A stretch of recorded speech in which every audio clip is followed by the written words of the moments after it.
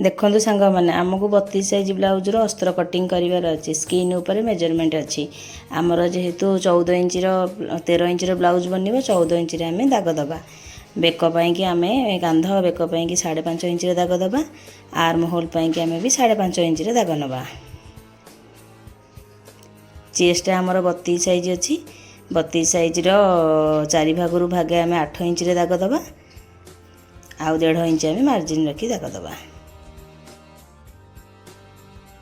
Arm hole सेप देवाई कि काख आड़ू आम आर मिडिल परसेंट मापिबा मिडिल परसेंट स्कल स्केल साहाଯ୍ୟରେ आम माप नहीं सेप देदेबा अंटा आमर अच्छी 28 इंच 28 इंच आम 7 इंच आमर सिलाई मार्जिन पाई 1 इंच आमर प्लीट पाई आउ 1.5 इंच आमर एक्स्ट्रा मार्जिन पाई करी सब गार टाणीदबा महल सेप आमर काख आड़ को तल को 2 सुतुक डाउन करके नबा फिटिंगटा भल आसो आ प्लीट पकड़ापी आम फिटिंग लाइन रो मिडिल पर्सन मार्क करवा दाग दे ऊपर को 5 इंच रे गार दबा एपड़ू हाफ इंच सेपड़ू हाफ इंच रे आम दाग दबा प्लीट पाई एबे तो आमर हो जाइए बैक साइड कटिंग डिजाइनटा मुझे आपको देखेबी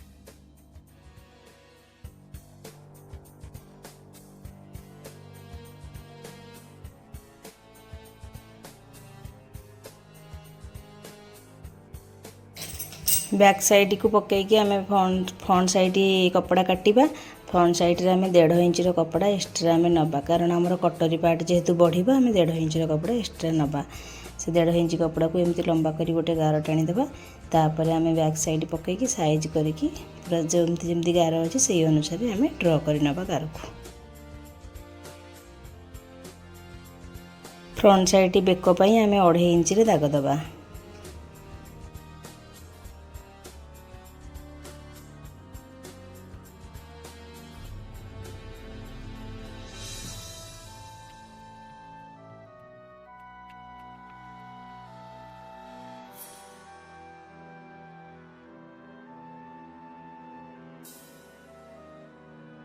फ्रंट साइड बेक आमर 6 इंच रे बनवार अच्छे आम 6.5 रे मार्जिन करवा 6 इंच रे बनव 6.5 नेले आमर ठीक आसीज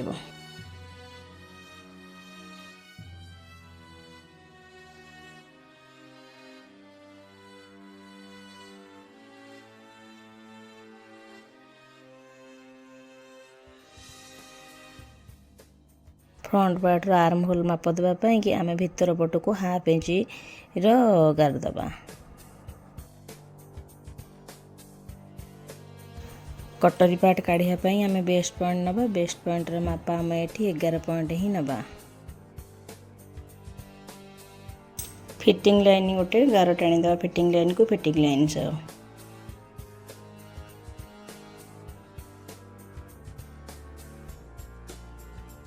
ये गार को जोड़िकी आम गोटे गार टाणीदबा गार टाणीबा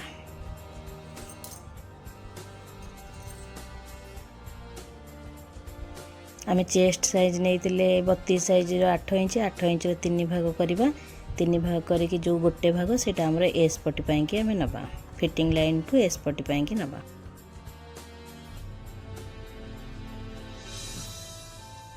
कटरी मिडिल पर्सन पाई आम एस पट्टी टू पूरा लास्ट लाइन पर्यंत मिडिल पर्सन काढ़ा मिडिल पर्सन रे ही दाग दबा कटरी कटरी सेप देवाई कि आम एस पट्टी टू ऊपर को 1 इंच तल को भी आम 1 इंच रु 2 सुत कम हेले भी चलो से गार टाणीदबा पप्र सेप काढ़ापी सेपटू आग पटू भी से पटू जो सेपटू आम कौन करवा ना 1.5 इंच रे माप दबा ऊपर को 1.5 इंच तल को भी माने प्रथम कटरी 1.5 इंच सेकेंड कटरी भी 1.5 इंच दबा कारण आमर पेट पटू पट्टीटा बहुत टिके चौड़ा हो जाए तेणुक आम टे कमेदेले भल हम तापर आम सेप दबा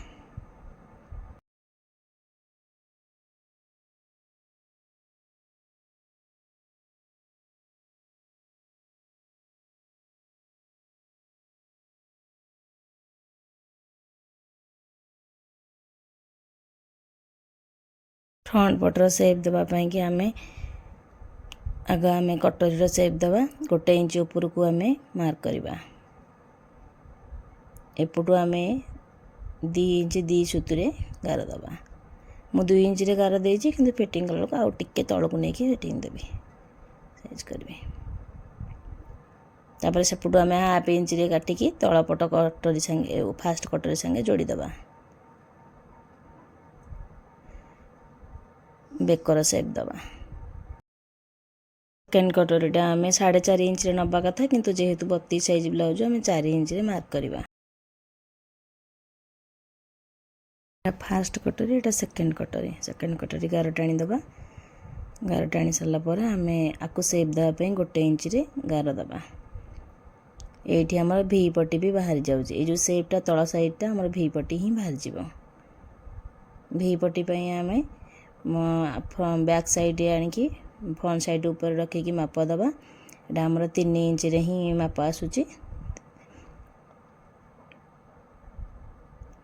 3 इंच आम 1 इंच से मार्जिन बढ़े कि 4 इंच रे ही माप दबा।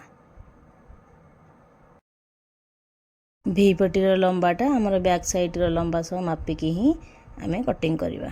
भी पट्टीर लंबा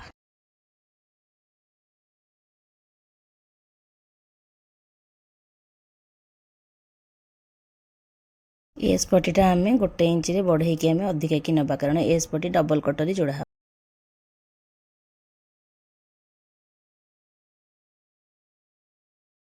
आसतु आम सबुतक को साइज भागे कटिंग कर नबा। गार ऊपर ही कटिंग करवा साइज करके टिके भी एपट सेपट करें साइज करी कटिंग करेंगे।